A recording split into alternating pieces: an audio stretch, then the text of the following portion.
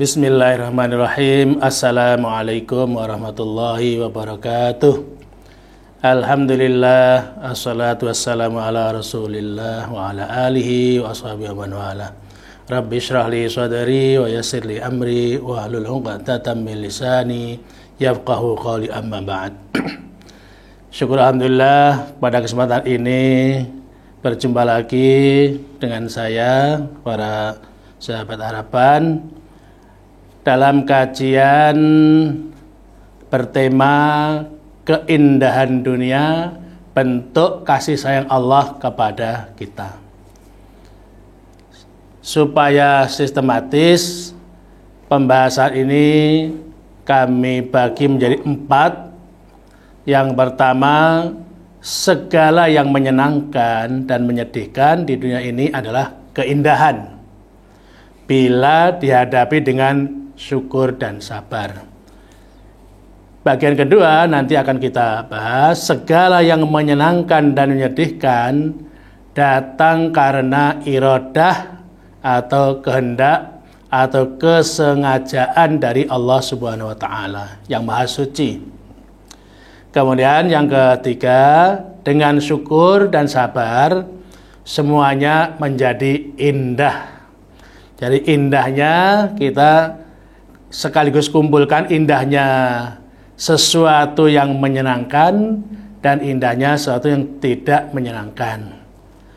Sehingga secara keseluruhan, baik yang membahagiakan atau yang menyedihkan, semuanya harus menjadi keindahan. Gimana caranya? Nanti kita bahas.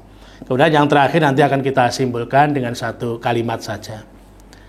Kembali kepada bagian A, segala yang menyenangkan dan menyedihkan, membahagiakan atau menyengsarakan, segala nikmat atau ujian di dunia ini adalah keindahan bila dihadapi dengan syukur dan sabar. Dalam hal ini junjungan kita, suri teladan kita, idola kita Rasulullah Muhammad SAW sudah bersabda sedemikian rupa. Dari Suhaib bin Sinan Ar-Rumi, ajaban li amril mu'mini, inna amrahu kullahu khair, wa laisa dzalika li ahadin illa lil mu'min. In asabathu sarra'u syakara, fakana khairan lahu. Wa in asabathu dharra'u sabara, fakana khairan lahu. Sahih riwayat Imam Muslim. Artinya, dari Suhaib bin Sinan Ar-Rumi mengatakan bahwa Rasulullah SAW bersabda, sungguh menakjubkan, artinya sungguh luar biasa, keadaan seorang mukmin itu. Segala perkara dan urusannya selalu bagus saja pokoknya. Dan hal demikian tidak ada bagi orang lain kecuali orang yang mukmin, artinya beragama Islam.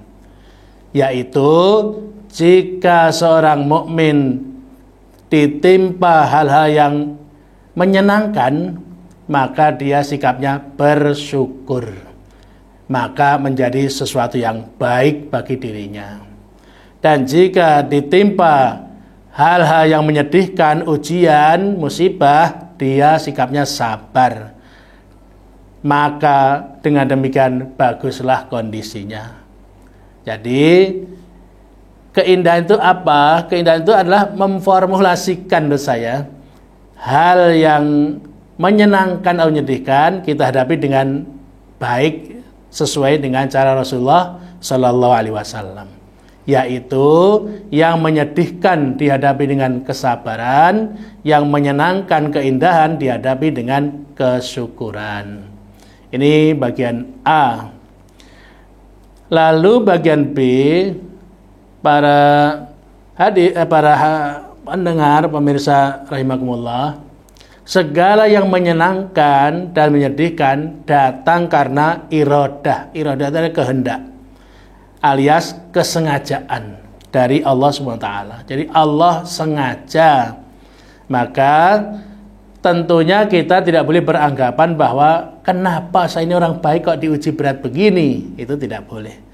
Karena itu artinya apa? Protes kepada Allah yang Maha Suci, Maha Sempurna, Maha murah, maha belas kasihan, dan maha penyayang dan lain sebagainya. Maha yang demikian bagus kok kita protes, berarti kitalah yang salah sebagai makhluknya, ciptaannya.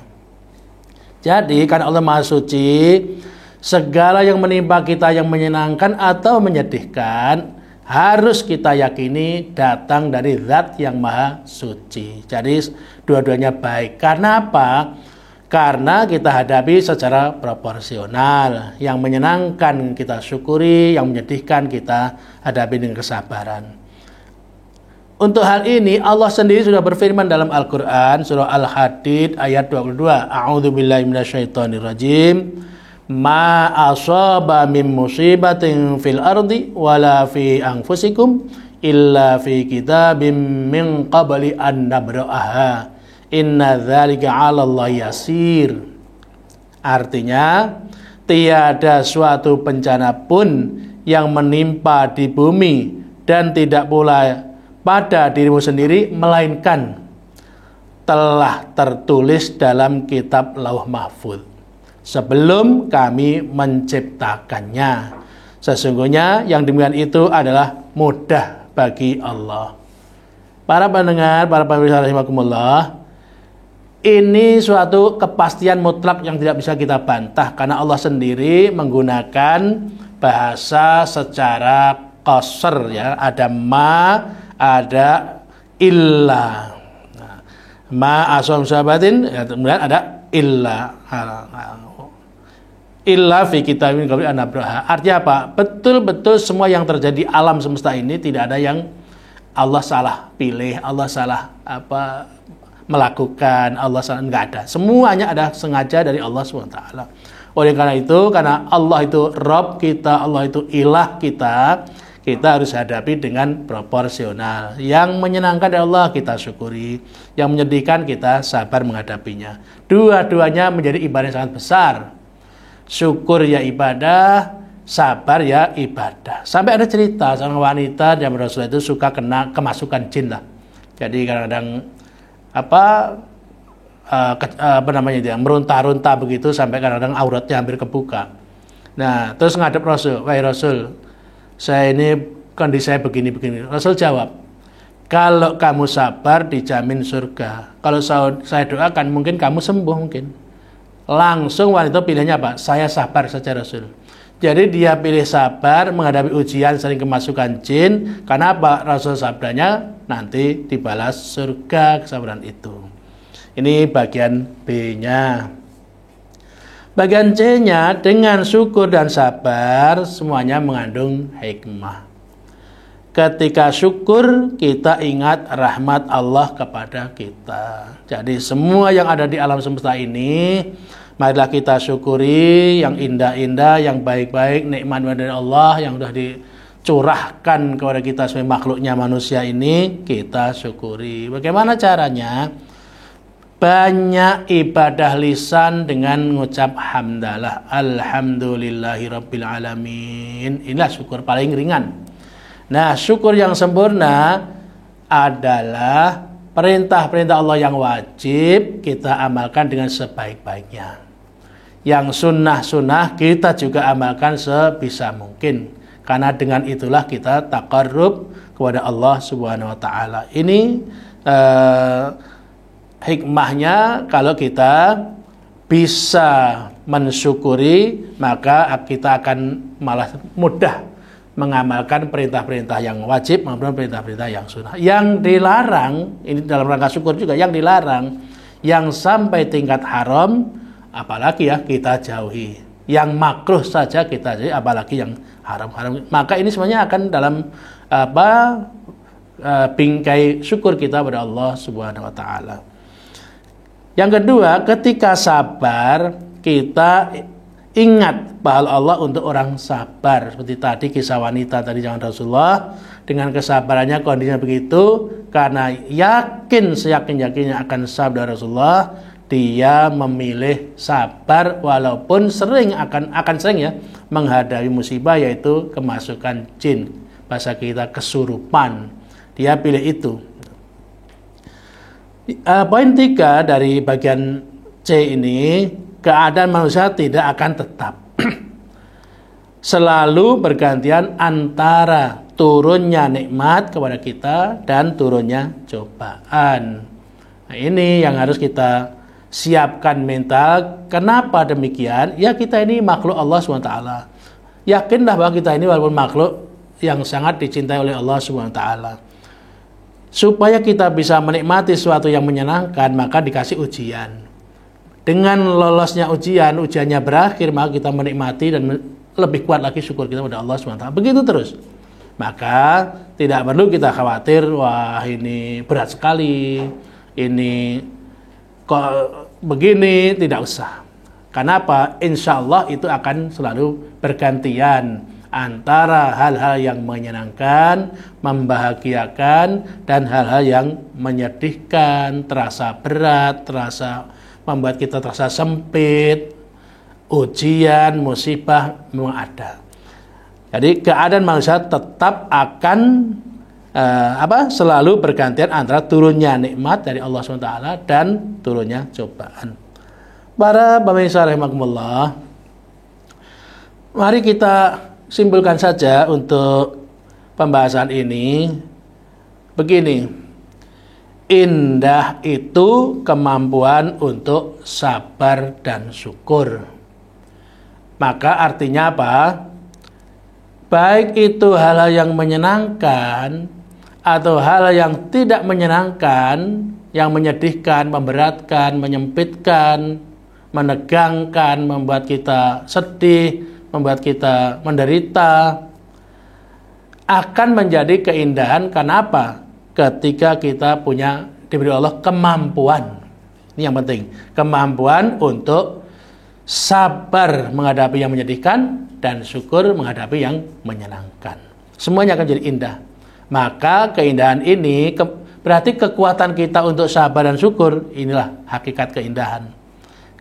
Inilah hakikat kasih sayang Allah kepada kita semuanya sebagai makhluknya, manusia diberi kemampuan untuk sabar, untuk syukur. Memang sebagai manusia, kalau ada musibah, nah ini gini, kalau pertama kena musibah itu langsung ingat sabar, itu pahalanya besar. Tapi kalau sabarnya setelah sedih berhari-hari, nah itu yang tidak dinilai oleh Allah SWT. Mungkin kita latihan, niatlah dari sekarang, kalau saya kena musibah, saya akan berusaha sabar. Kalaupun belum bisa atau ternyata nggak bisa, kita niat lagi.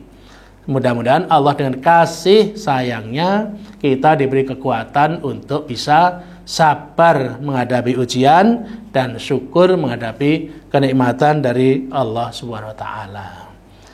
Jadi sekali lagi, indah itu apa? Indah itu adalah kemampuan untuk sabar dan untuk syukur. Terus indah itu kasih yang Allah itu di mana? Ketika kita dikasih kekuatan, diberi kekuatan, kesadaran untuk sabar, untuk syukur dalam menghadapi apa saja dalam kehidupan ini, itulah hakikat keindahan dan kasih sayang Allah Subhanahu wa taala. Baik, ini ada pertanyaan-pertanyaan dari sosial media. Yang pertama, cinta diri sendiri apa termasuk cinta pada Allah? Jawab saya adalah benar. Cinta diri sendiri termasuk cinta kepada Allah Subhanahu wa taala. Kenapa? Karena diri kita itu semuanya dengan segala kelengkapannya, panca inderanya dan anggota badannya, otaknya, pikirannya dan sebagainya ada anugerah dari Allah Subhanahu wa taala. Maka kalau kita mencintai diri sendiri, berarti kita mencintai anugerah Allah Subhanahu wa taala. Dan artinya juga termasuk cinta Allah Subhanahu wa taala. Pertanyaan yang kedua, bumi ini indah. Ya. Kok ada orang ingin hidup di planet lain? Misalnya di Mars, karena katanya di Mars ada udara juga. Kalau ini dalam rangka